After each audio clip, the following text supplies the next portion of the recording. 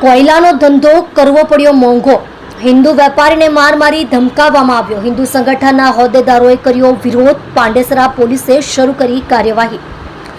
હિન્દુ પરિવાર દ્વારા વ્યાપાર જિહાદ વિરુદ્ધ પાંડેસરા ખાતે વિશાળ મોરચો કાઢ્યો હતો। વિધર્મી લોકો દ્વારા હિન્દુ વ્યાપારીને ડરાવી ધમકાવી વ્યાપારમાં જોર લગાવી રહ્યા છે, જેમાં હિન્દુ લોકો પાસેથી ફાઇનાન્સના પૈસા લઈ આ પૈસા લવ જેહાદ અને લેન્ડ જેહાદમાં વાપરી રહ્યા છે, જેમાં સંદર્ભમાં જમીનની સ્થિરની હકીકતમાં પાંડેસરા પોલીસ ઇન્સ્પેક્ટરને હિન્દુ પરિવાર દ્વારા રજૂઆતો કરવામાં આવી હતી કે આવી રીતની દાદાગીરી વિધર્મી લોકોની ચાલી રહી છે, જેમાં પાંડેસરા પીઆઈ શ્રી દ્વારા કહેવામાં આવ્યું કે આપ લોકોને કોઈ પણ વસ્તુ ઇલીગલ લાગે, ગેરકાયદેસર લાગે તો અમારી પાસે આવો, અમે તમને સાથ આપીશું। જેમાં મીડિયાના માધ્યમથી હિન્દુ સંગઠનના પ્રમુખ દ્વારા મિલ માલિકોને આહવાન કરવામાં આવ્યું હતું કે કૃપા કરી તમે હિન્દુ લોકોને વ્યાપાર આપો, બદનિયત રાખનારા વિધર્મી લોકો સાથે વ્યાપાર નહીં કરો, જે આપણા પાસેથી વ્યાપાર કરી પૈસા કમાય, આપના વ્યાપારને ડરાવી ધમકાવી મારામારી કરે। એમની એક જ માંગ હતી કે નાના મોટા મિલ માલિકો,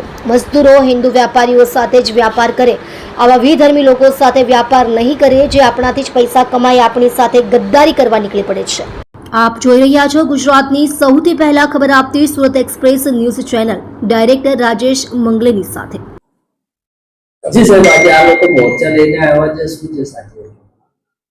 3 દિવસ પહેલા અહીંયા પાંડેસરા વિસ્તારમાં એક બનાવ બનેલો હતો, જેમાં જે મિલની અંદર જે કોલસો વપરાય છે, કોલસાની જે રાખ આવે છે, રાખોડી કહેવામાં આવે છે, એ રાખોડીનો ધંધા લગત બંને વેપારીઓની માથાકૂટ હતી।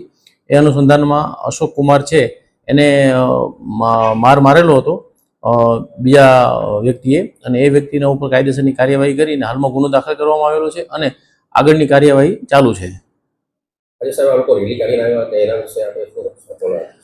એના વિશે એવું છે કે એ લોકો એવું કહેવા માંગતા હતા કે ભાઈ આ જે હિન્દુ છે એના ઉપર આ જે મુસ્લિમ વેપારીએ માર મારેલો છે, એનું સંધાને બીજી વાર બનાવ ન બને તેનું તકેદારી રાખવામાં આવશે અને જે કાયદેસર કાર્યવાહી કરવામાં આવશે એ ચોક્કસ કરવામાં આવશે।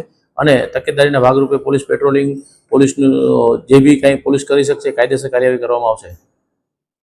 કેટલા આરોપી છે? ફરિયાદમાં એક છે અને તપાસમાં જે જો બીજા નીકળશે એ પ્રમાણે આગળ તપાસ ચાલુ છે। પકડાઈ ગયા આરોપી? આરોપી પકડાઈ ગયો છે, રિમાન્ડ લઈ અને એની કાયદેસરની કાર્યવાહી ચાલુ છે। Okay sir.